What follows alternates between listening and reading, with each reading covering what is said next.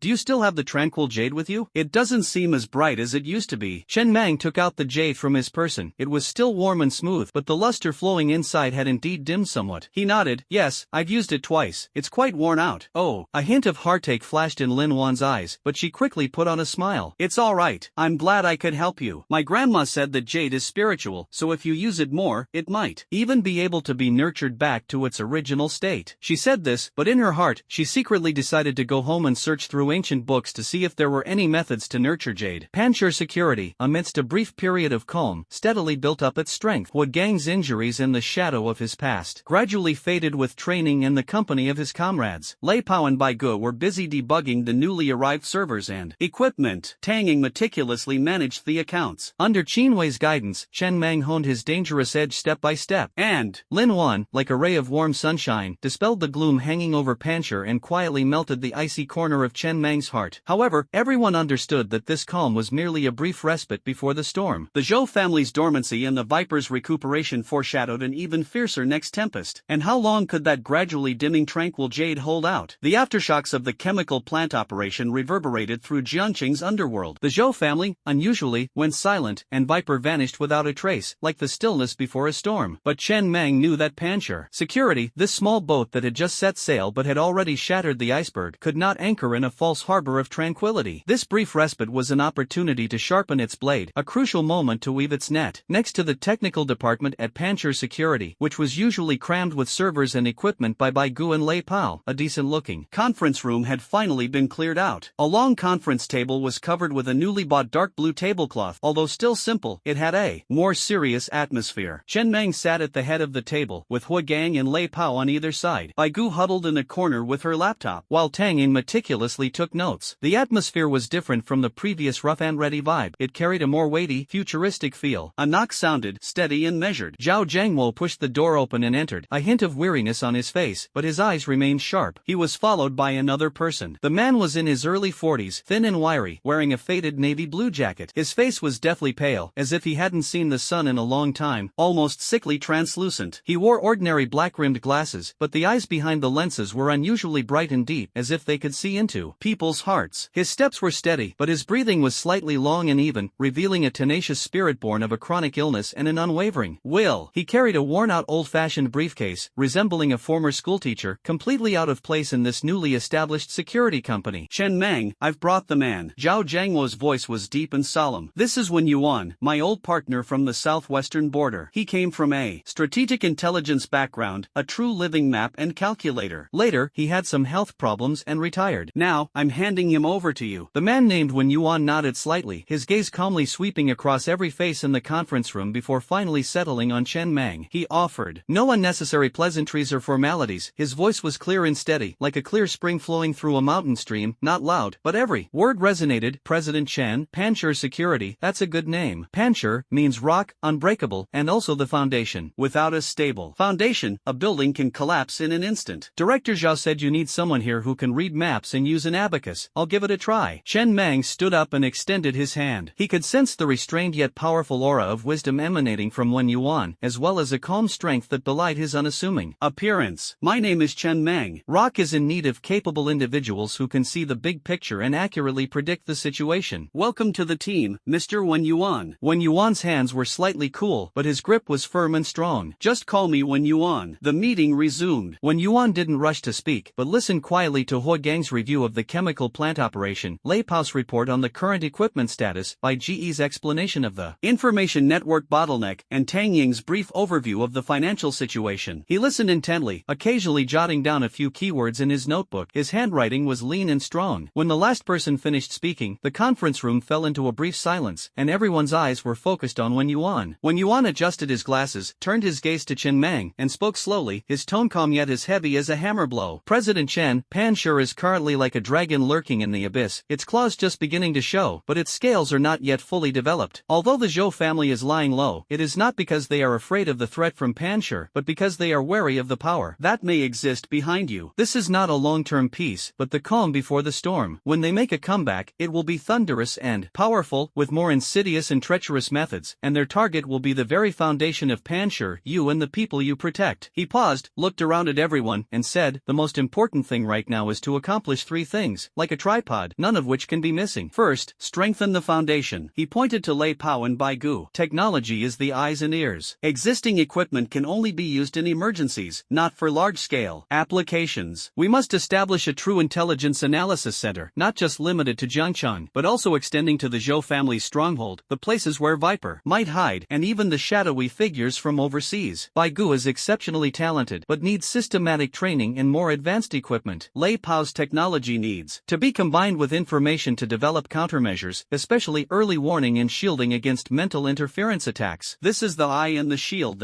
Second, strengthen the core. He turned his gaze to Hui Gang. Combat power is the claws and teeth. While our current forces are elite, the system is incomplete. We must build a true rapid reaction team, with members selected based on quality, not quantity. Hui Gang will be the backbone, and we will recruit absolutely reliable, highly skilled veterans, covering reconnaissance, assault, sniping, demolition, and electronic warfare. The training syllabus must be standardized, combat-oriented, and high-intensity. The equipment must be on par with frontline special operations, and even surpass them in some areas. These are the claws and teeth. Third, building the nest. Finally, he looked at Chen Mang and Tang Ying. Rockstone security needs a visible foundation, but also a covert escape route. On the surface, it needs to take on truly significant security business, not only pursuing profits but also serving as a platform to showcase its strength and build a network of relationships. High-end properties, bodyguard services for important figures, security for large-scale events, and corporate security risk assessments are all viable options. On the covert side, it needs to establish an absolutely secure network of safe houses and a hidden medical facility. Dr. Qin is a valuable resource, but Lin's hospital is too conspicuous. We need a place that can treat special injuries and protect us from prying eyes. This is the nest and the wings.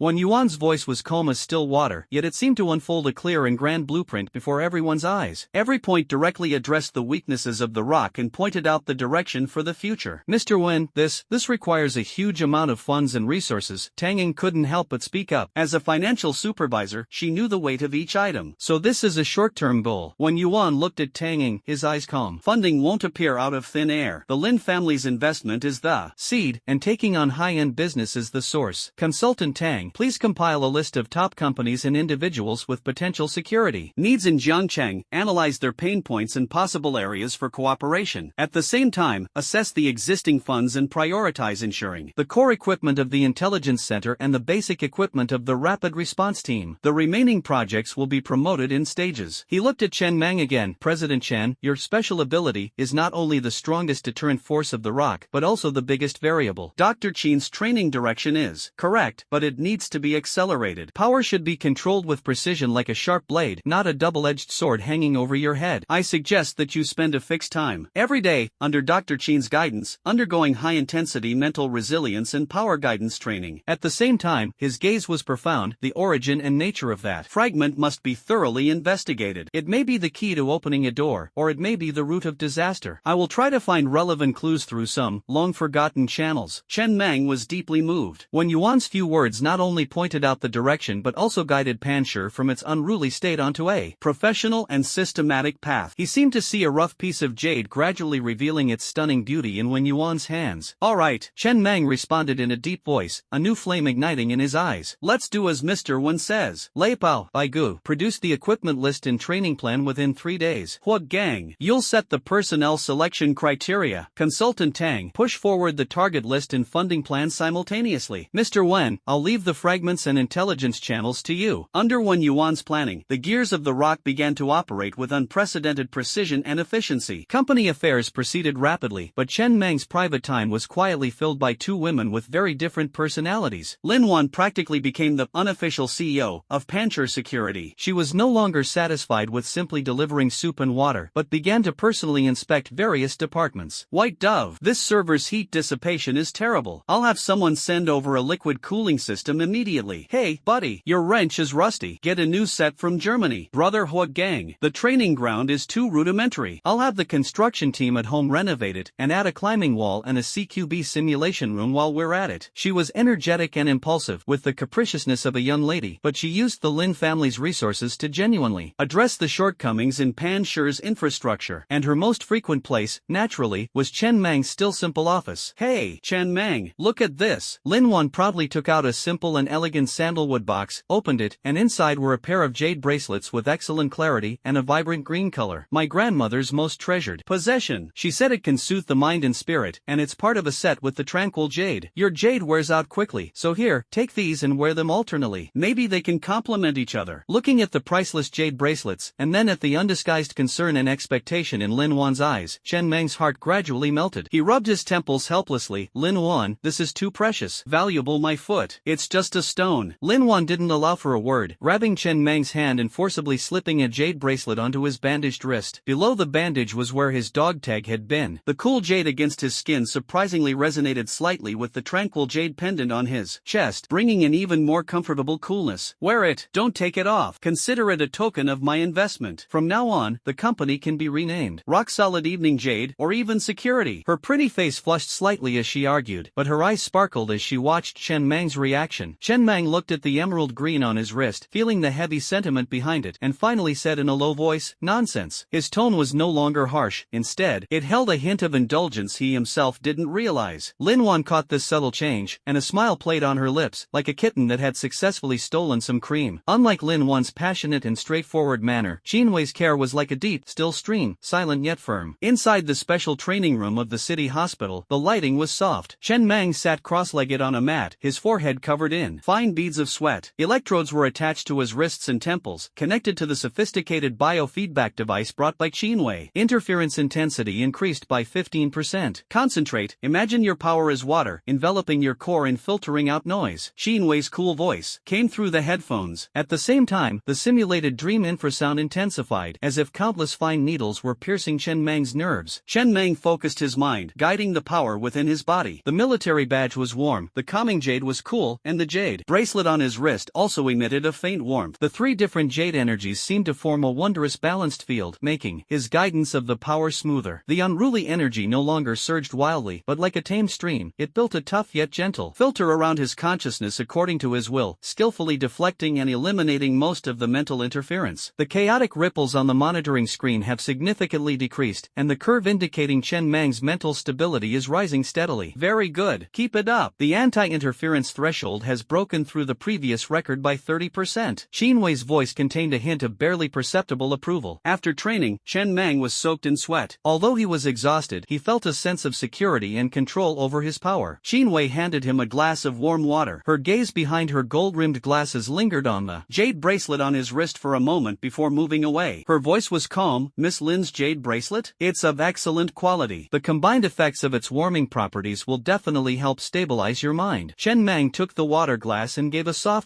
There seemed to be an unspoken understanding between the two. Late at night, Chen Mang escorted Qin Wei downstairs. The hospital parking lot was empty and quiet. The Zhou family's dormancy won't last long. Qin Wei suddenly spoke, her voice exceptionally clear in the night. Once Viper's wounds heal, his revenge will only become more ferocious. Wen Yuan's plan is meticulous, but it still needs time. You yourself are the biggest variable for Rock, and also their primary target. Your progress in mastering power must be accelerated. Chen Mang nodded. I understand. Dr. Qin, regarding the fragments, Wen Yuan is also investigating. What about you? The laboratory data analysis has made a breakthrough. Qin Wei interrupted him, her voice even lower. That ancient and desolate spectrum partially matches the abnormal energy residue recorded in some strictly sealed top-secret files about prehistoric civilization relics. Although it's just a fragment, it points to something extremely dangerous. This means the source of the power within you may be far beyond our imagination. Before we fully understand it, try to avoid making deep connections with the fragments. Prehistoric civilization relics? Chen Mang's heart tightened, and he felt the military tag in his palm seemed heavy. Also, Qin Wei opened the car door, paused, and without looking at him, her voice was as soft as a sigh. Be good to Miss Lin. She cares about you a lot. That tranquil jade bracelet not only carry the Lin family's goodwill, but also her all-or-nothing trust. After saying that, she got into the car, closed the door, and the black sedan silently glided into the night. Chen Mang stood in the empty parking lot, a gentle night breeze caressing his face. The jade pendant on his wrist felt slightly cool, while the tranquil jade pendant on his chest remained warm and smooth. When Yuan's grand ambitions unfolded in his mind, Lin Wan's fervent affection surrounded him, and Qin Wei's cool yet profound care and warning still lingered in his heart. And there was also the terrifying secret hidden in the dust of history. The rock, honed in the still, deep waters, forges its armor, while beneath the surface, deeper currents and ancient shadows quietly converge. A brief moment of tranquility, like a taut bowstring, awaits the release of that fateful arrow. When Yuan's blueprint, like a finely tuned gear, propelled Panshur security at high speed during this brief period of calm. Hua Gang selected 2 new members with near stringent standards. Night Owl Zhang Mo, a former military reconnaissance soldier, proficient in infiltration and sniping, and Iron Wall Wang Mang, a former member of the Armed Police Special Forces, specializing in close combat and defense. The two quickly integrated into the high-intensity training led by Hua Gang. By GE's intelligence center was taking shape, with several top-tier servers running day and night, attempting to establish information nodes outside Jiangcheng. Lei Pao, carrying the list provided by Wen Yuan, began procuring special equipment. Tang Ying's desk was piled high with target customer analysis reports. Security cooperation with Lin's group's subsidiaries had entered the substantive negotiation stage. Chen Mang's life was strictly divided. In the mornings, he handled affairs at Panshur, listening to Wen Yuan's calm, even ruthless, situational analysis and strategic adjustments. In the afternoons, he would invariably appear in Qin Wei's training room at the city hospital, honing his meticulous control over his internal power amidst simulated infrasound, chaotic scenarios, and mental interference. The calming jade on his chest, the jade bracelet on his wrist, and the military tag in his palm formed a stable triangular field, making him increasingly adept at guiding that chaotic power. He could even condense his protective will into an invisible mental barrier under high-intensity interference, isolating most of the negative impacts. The stable curve that Qin Wei saw on the monitoring screen grew longer and longer, and a hint of barely perceptible relief appeared in her eyes behind her glasses. Lin Wan became the most radiant sight in the rocky landscape. She seemed to have found a new kind of fun in supervising investments, supervising Chen Mang's meals. Hey, hurry up and open that bread. You have to finish the ginseng soup. Chen Mang, this is a medicinal meal that I had the chef at home specially make. It's good for replenishing qi and blood. She would always appear when Chen Mang finished training or dealt with his affairs, looking at him with bright eyes, holding a thermos. Chen Mang went from initially resisting helplessly to now silently accepting it, and would occasionally even take a sip with her, which would earn him a radiant smile from Lin Wan. The two priceless jade bracelets, one was firmly on Chen Mang's wrist, while the other was forcibly paired with hers and worn on her own wrist. The emerald greens complemented each other, as if silently proclaiming some kind of profound bond. However, the apparent tranquility is ultimately like fragile glass, which may shatter at any moment. The Zhou family's current period of dormancy wasn't out of cowardice, but rather like a venomous snake lurking in the shadows, poised to strike. Zhou Zhenxiang's restraints on Zhou Tianhao seemed utterly pale and powerless in the face of this good-for-nothing young master's fear and hatred. The disastrous failure at the chemical plant and his father's harsh reprimands gradually twisted Zhou Tianhao's fear of Chen Mang into a deeper resentment. He dared not touch Su Xiaoyu again. The Lin family's warning and his previous crazy experience left him with lingering fear, but the Lin family's eldest daughter, who always hovered around Chen Mang like a butterfly, became the perfect target for his venting. Unable to touch Chen Mang, and unable to reach the women around him, then he would strike first, seize Lin Wan, and perhaps force Chen Mang to submit. A foolish and insane idea gradually took shape in Zhou Tianhao's brain, which was soaked in alcohol and fear. He bypassed his father and his confidant Zhou Wu, and went directly to several desperados who used to hang out with Jin Yaqiang and who both hated Chen Mang and were audacious. Target, Lin Wan. Location, near that high-end yoga studio she frequents. Wait until she's alone, then kidnap her quickly. Take her to that abandoned cement factory in the western suburbs. Remember, don't kill her, but scaring her is fine. I want that Chen guy to kneel down and beg me, Zhou Tianhao ordered, his face contorted with morbid pleasure. Unbeknownst to him, this foolish plan was like a boulder thrown into a calm lake, instantly shattering all delicate balance. Even more unbeknownst to him, a true venomous snake lurked behind him, silently flicking its tongue. The viper's wounds hadn't fully healed, but he keenly sensed Zhou Tianhao's foolish actions. Instead of stopping him, he secretly fueled the flames, even unintentionally leaking details of Lin Wan's itinerary to the desperados. He needed an opportunity to test the limits of Chen Mang's power amidst the chaos, to observe how his protective will clashed with his chaotic abilities. Lin Wan was undoubtedly the perfect catalyst. That afternoon, Lin Wan finished her yoga class and walked blissfully toward her pink Porsche parked by the roadside. She was in a good mood, thinking about her upcoming surprise inspection of Pancher and how she could bring Chen Mang the bird's nest she had just cooked. The bodyguard's car was parked a little further away at the street corner. Just as she opened the car door, a dilapidated van without license plates suddenly darted out from the side and braked sharply, blocking the Porsche's path. The door was flung open, and three burly men wearing black hoods and carrying stun batons and sacks pounced on it like hungry wolves.